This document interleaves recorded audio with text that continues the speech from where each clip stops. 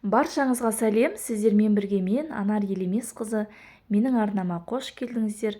Достар, бүгін мен сіздерге қырыққабат пен қызылшаны қыста маринадтау рецептісімен бөлісетін боламын. Видеоның соңына дейін мені қолдап, менімен бірге бола отырыңыздар. Ал ендеше достар, жасалу барысына кірісетін боламыз. Ендеше мен сіздерге қажетті нәрселермен таныстырып өтейін. Бізге әдеттегідей қырыққабат, сарымсақ, қызылша, сұйық май, қант, тұз, лавр жапырағы және де осындай үлкен ірі қара бұрыштарымыз қажет болады. Ал ендеше жасалу жолына кірісетін боламыз. Бұл қызылшамен маринадталған қырыққабатымыз қыста өте кез келген тамақпен жей берсеңіздер де болады. Тәбетті ашады, палаумен, макаронмен, тіпті сорпамен де ішсеңіздер өте жақсы болады. Алдымен қырыққабатымызды осылай өзімізге жеуге ыңғайлы етіп кесіп турап аламыз. Мен мұнда барлық бір бүтін қырыққабаттың барлығын пайдаланған жоқпын.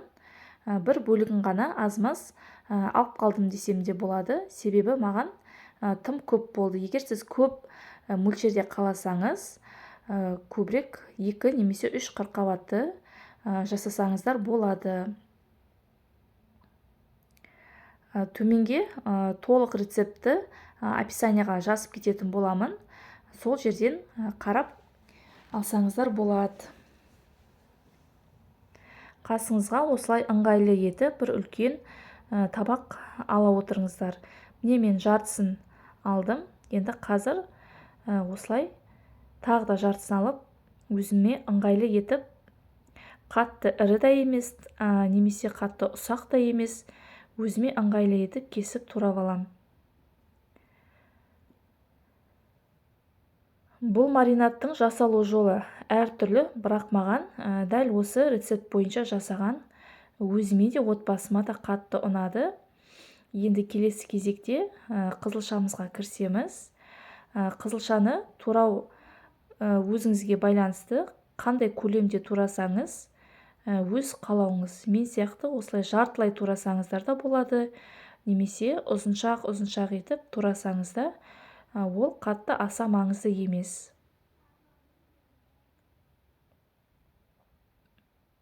Ең бастысы қызылшаларыңыз сіздердің сорты маңызды. Сочный дейміз ғой, сочный, сырты жұмсақ емес, қатты болғаны өзіңізге де жақсы болады. Неғұрлым қызылшаңыз көп болса, соғұрлым қырыққабаттарыңыз түстері әдемі болып, тез жақсы, дәмі де өте дәмді болып шығады. Ал енді келесі кезекте мен сарымсақтарымды барлығын майдалап кесіп турап алдым. Осыдан кейін шұңғылдау табағымызды, қазанымызды дайындаймыз. Мен қазаныма шамамен 1 литр су құйдым. Кейін үстіне тұз, қант, барлығын керек мөлшерін төменге жазып кетемін. Және де сұйық майымызды үстіне құйып, жақсылап бір араластырып аламыз. Газымыздың астын қосып қоямыз міндетті түрде. Достар, менің арнама тіркеліп, колокольчик батырмасын басып кетуді ұмытпаңыздар.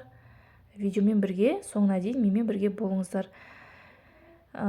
Видеоға түспей қалған шамамен 1 немесе 2 шай қасық уксусты тамызып салып жіберсеңіздер болады. Ерекше бір дәм келтіріп тұрады. Енді осылай үлкендеу қазанға барлығын рет-ретімен салып отырасыңыздар. Уксус бізде 72%-ық 1 немесе 2 шай қасық. Видеоға түспей қалған, мен өзім 2 шай қасық салдым. Қырыққабатымызды, қызылшамызды, лавр жапырағымызды және де қара бұрыштарымызды осылай барлығын рет-ретімен сала отырамыз. Алдағы уақытта көптеген пайдалы әрі тез жасалатын рецепттерді сіздерге шығарып отырамын. Ендеше үстіне жаңағы қайнаған суымызды осылайша құйып шығамыз. Суымызды көп қайнатпаймыз, шамамен 5-10 минут қайнаса жеткілікті. Қараңыздар, құйған бойдан менің қызылшамның түсі бірден бөлініп шықты. Енді осылайша бетін бір тарелкамен жауып, үстіне қатты ауырлау. Мен 5 литрлік баклажка суға толтырып бетін жауып қойдым. Салқын жерде шамамен 3 күн немесе 1 аптаға қойып қойсаңыздар болады. Мен 1 апта сақтадым салқын жерде. Міне қараңыздар, дәл осылай. Өте қыздар дәмді, сочный болып шықты. Ешқандай да ашты емес, тым тәтті да емес. Орташа, дәл осы мен жасаған рецепт бойынша жасасаңыздар, міндетті түрде керемет болып шығады. Кез келген тамақпен қонақтарыңызға немесе отбасыңызға ұсынсаңыздар болады. Міндетті түрде осы рецептпен жасап көріңіздер. Сұрақтарыңыз болса, төменге комментарий бөліміне жазып кетсеңіздер болады. Мен сізге міндетті түрде жауап беретін боламын. Қараңыздар, қырыққабаттың аралары барлығы толықтай қызарып шыққан. Ал достар, келесі кезекте сіздермен жүздескенше, сіздермен бірге болған мен, Елеместің анары ас болсын.